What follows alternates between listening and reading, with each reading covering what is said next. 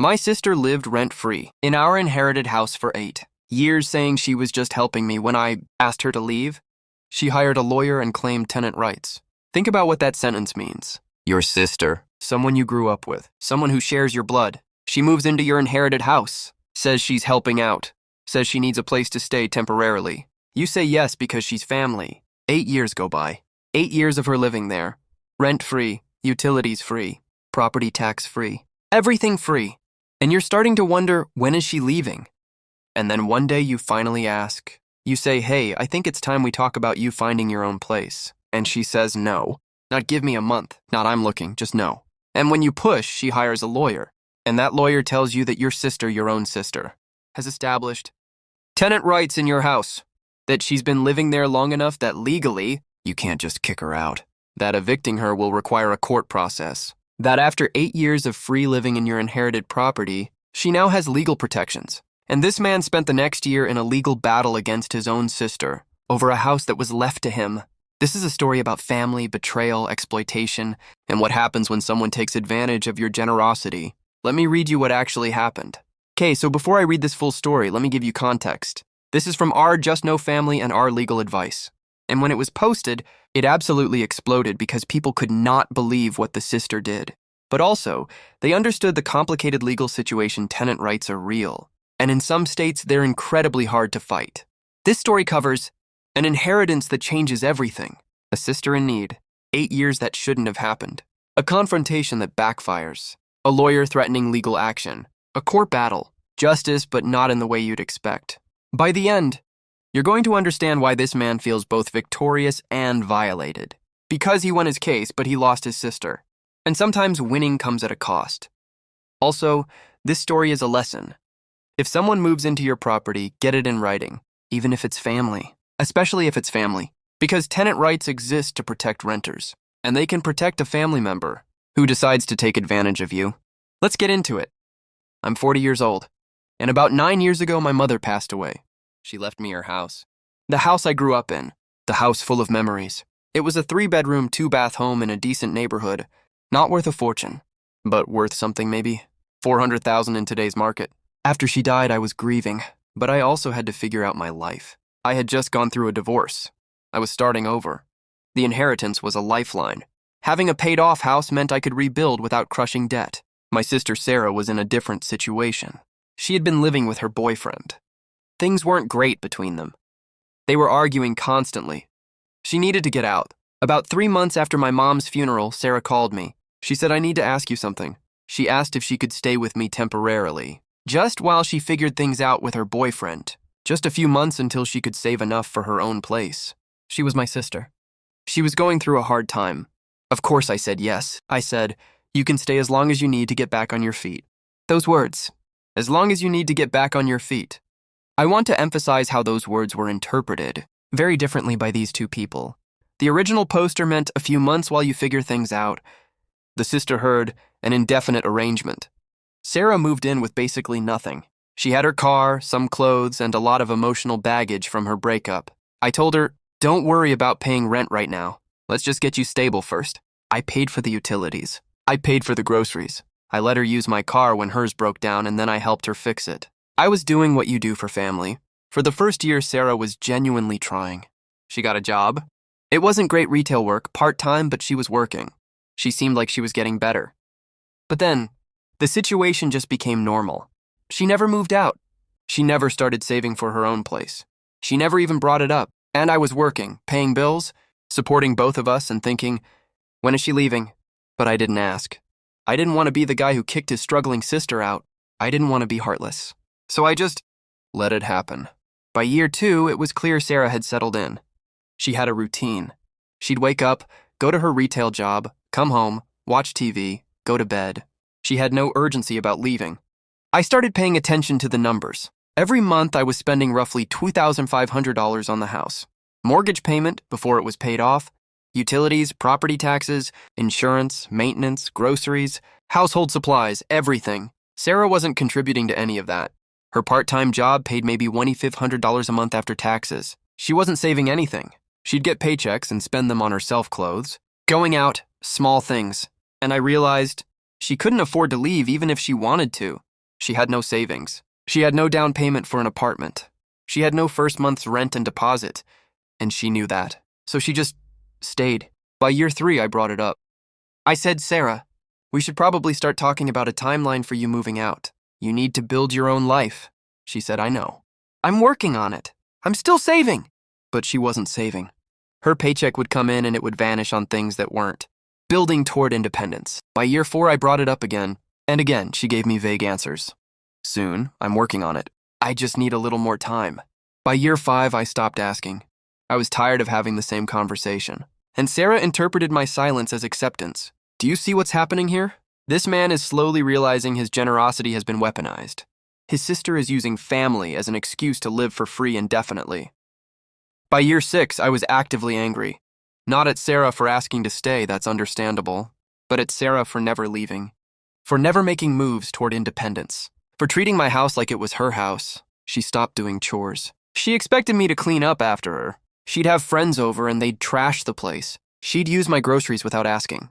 And whenever I'd get upset, she'd say, I'm helping you. You're alone in this big house. You'd be lonely without me. I'm helping you. Those words haunted me. I'm helping you. Those words haunted me. By year 7, I had done the math. Sarah had lived rent-free for 7 years, at market rate for a 1-bedroom apartment in our area, with $200 a month. That was roughly $100,000 in free housing. $100,000. I had given my sister $100,000 in free housing, and she was treating me like I was the problem. At what point do you say enough? After you've given someone $100,000? After they've shown zero gratitude? After they've taken advantage of your kindness? By year 8, I was done. Genuinely done. I sat her down and I said, Sarah, I've been incredibly generous. I've given you a place to live for 8 years. I've supported you through that time. But you're 35 years old. You need to move out. I'm giving you notice. You have until the end of this month to find a new place. 1 month. I gave her 1 month. She looked shocked. She said, You're kicking me out? After everything you've done for me, I can't believe you'd be this cruel. And I said, You've lived here for 8 years, rent-free. That's not cruel. That's generous. But it's over. She said, I don't have anywhere to go. And I said, That's not my responsibility anymore. You're an adult. She left the room. And I thought, okay, that's done. She'll move out by the end of the month. I was so wrong. 2 weeks after I gave her the notice, Sarah came to me with a piece of paper. It was a letter from a lawyer. The lawyer's letter said that Sarah had established legal tenancy in my house, that she had lived there for over a year, actually 8 years, but let's not split hairs, with my permission, and therefore had established tenant rights under state law. The letter said that I could not simply evict her, that I would need to provide 30 days' notice, which I had, and if she didn't leave, I would need to file for eviction in court. The letter said that if I tried to force her out or change the locks or anything self-help related, I could be sued for illegal eviction. Let me pause here and explain something important. Tenant rights are real, and in many states, they're incredibly protective. If someone lives in your property with your permission for long enough, they establish legal protections as a tenant even if no rent is being paid, even if there's no lease, even if they're family.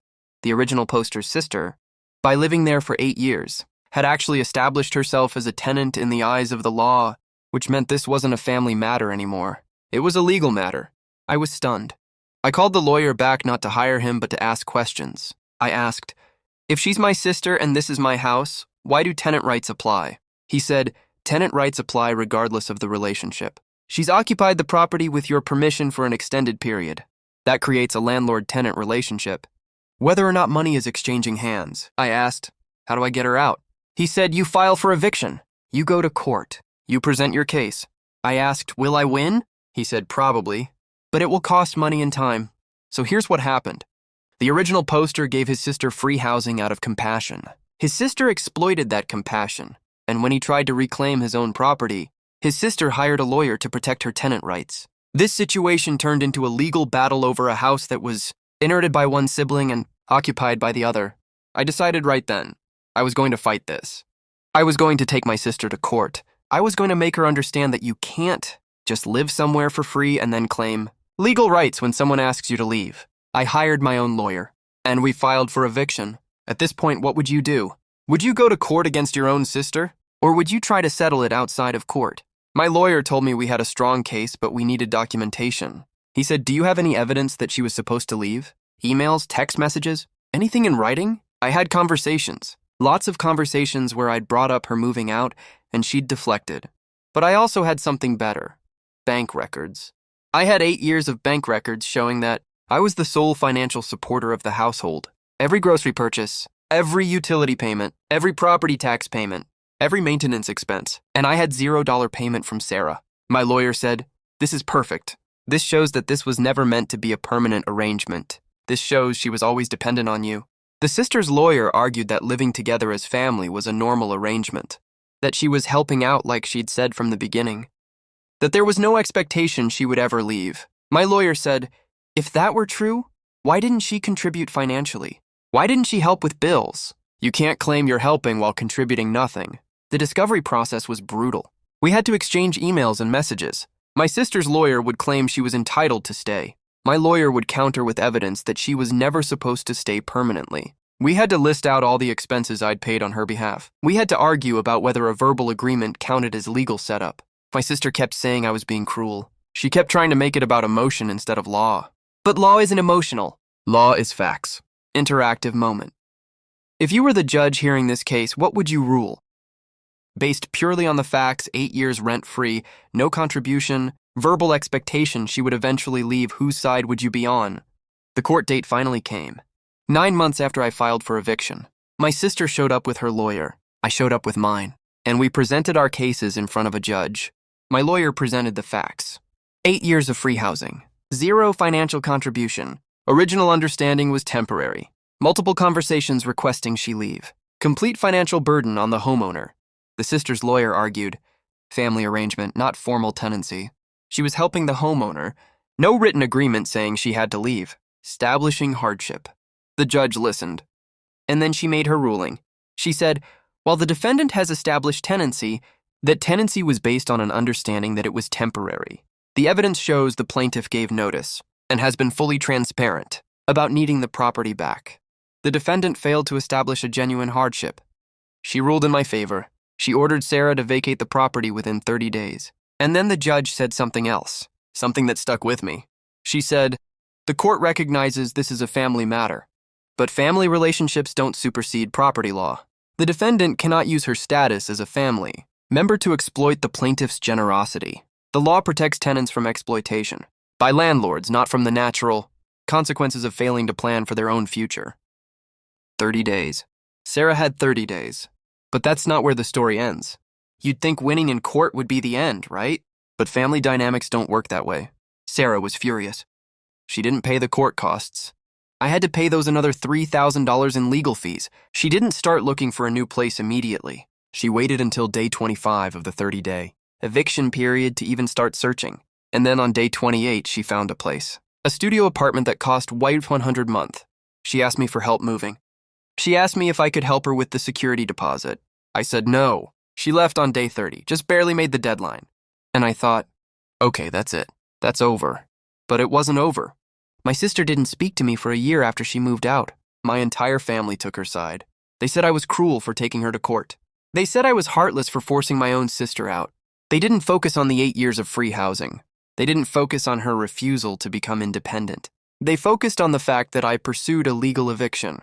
My mother's memory was also tainted. Sarah started telling people that I was taking advantage of the inheritance, that I had stolen Mom's house from her, which wasn't true. The house was left to me, not to Sarah, but that's what family believed. So here's what happened.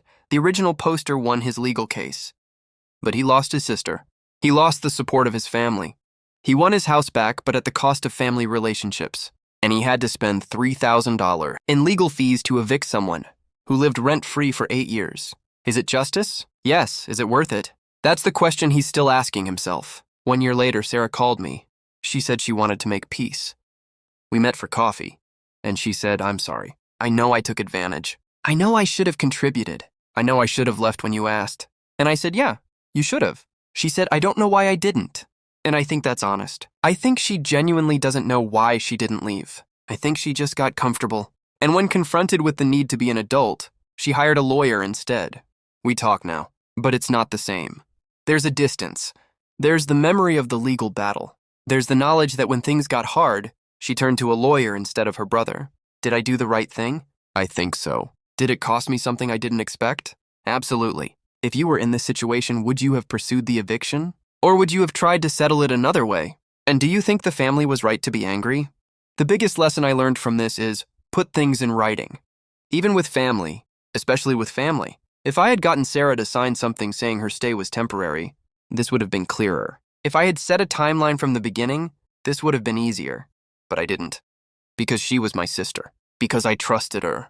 Because I thought family didn't need contracts. I was wrong. The second lesson is, don't let generosity become exploitation. There's a difference between helping someone and enabling someone. Sarah went from needing help to expecting help to demanding help, and I enabled that by not setting boundaries. The third lesson is, sometimes winning costs more than losing. I won the legal case. I got my house back, but I lost my sister in the process. And I'm not sure which one I would choose if I had to do it over. So that's the story. That's what happened when a man tried to help. His sister and she took advantage of his generosity. And now I want to ask you something. If someone moves into your property family or not due, you think you should get things in writing from day one? If your sibling took advantage of you the way Sarah took advantage of this man, would you pursue legal action? Would you have given her 8 years? Or would you have set a timeline from day one? Drop a comment and tell me, because I think this is a situation that a lot of people deal with. And the answers aren't always clear. Thanks for watching. If this story made you think about your own family dynamics, hit like and subscribe. I'll see you in the next one.